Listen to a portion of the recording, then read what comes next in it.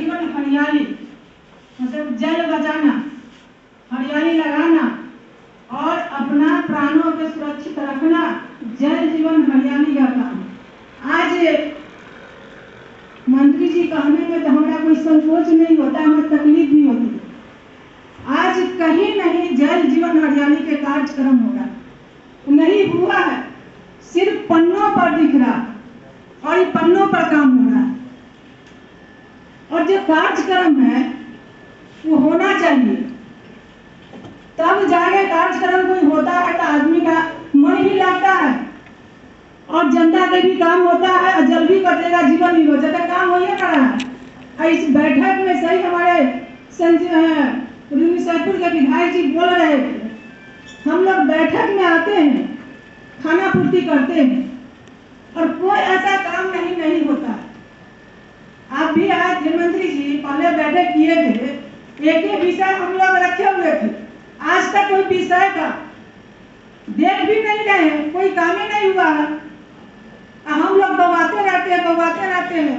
विधायक का तो कोई माननीय नहीं है और जनता तो जाए चुली भाड़े में जाए, जनता को तो कोई काम ही नहीं है। जब विधायक के कुछ नहीं तो जनता का क्या हो। और दूसरा बात रह गई, जो आज ये पूरे जिला की बात कर रहे हैं, जो धान के बोआ था, धान के उस समय जो धान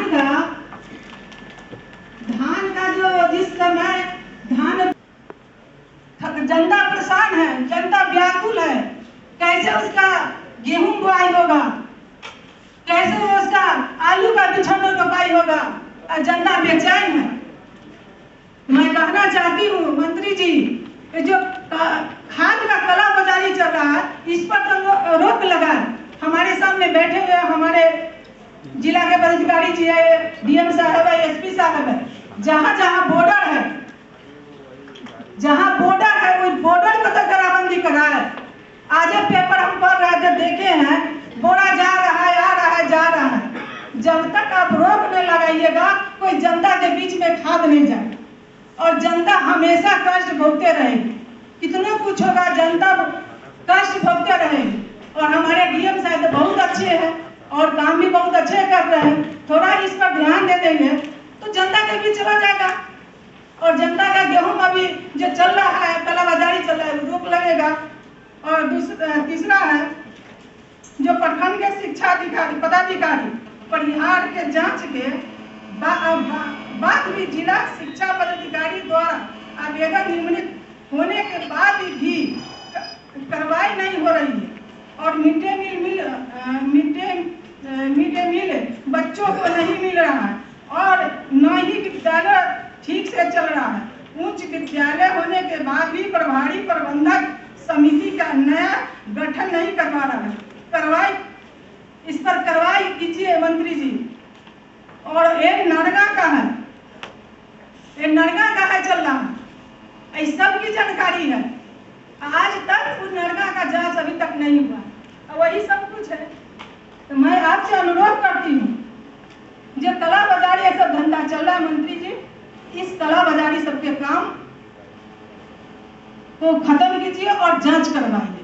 और आप आए हैं सीतामढ़ी में, बहुत धन्यवाद आपकी।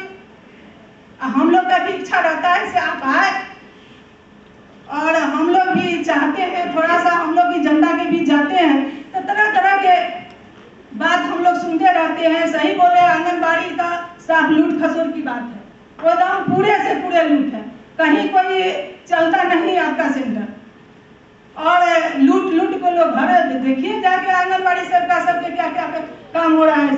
पदाधिकारी भी है, ऐसा नहीं है एक ही आदमी है, इसमें सब जुड़े हुए हैं।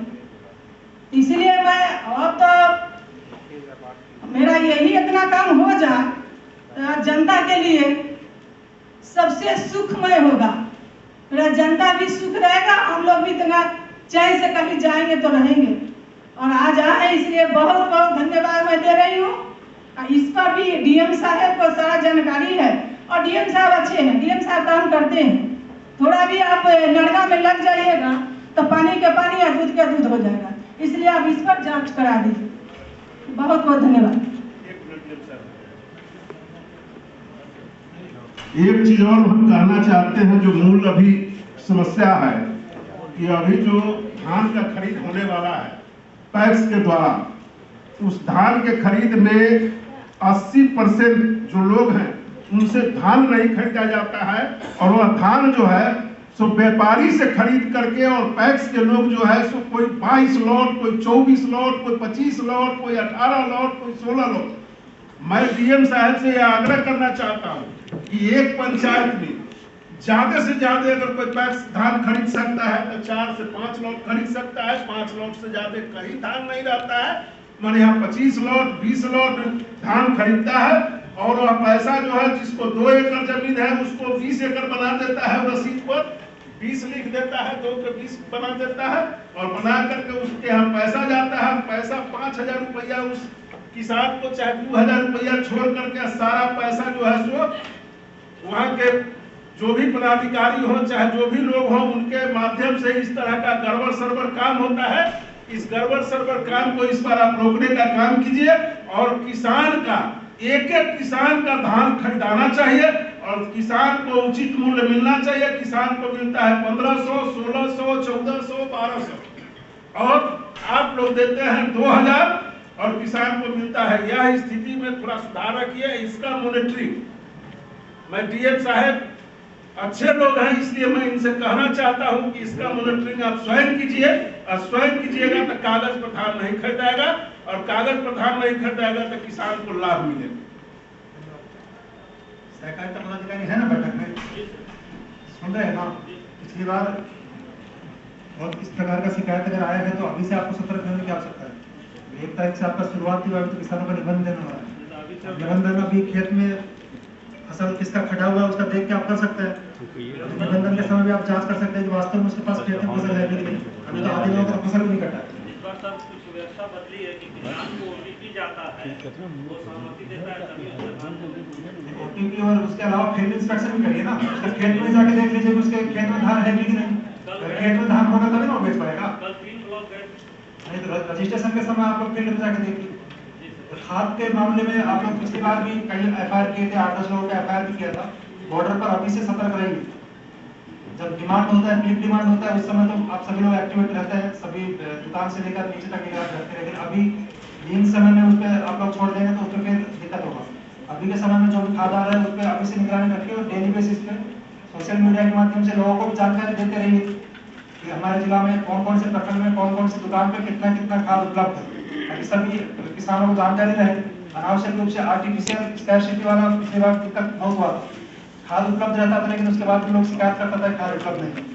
ट्रांसपेरेंट तरीके से जानकारी दीजिए सभी को डेली बेसिस पे, और अपना टीम के माध्यम से लगातार छापेमारी करवाइए। धन्यवाद।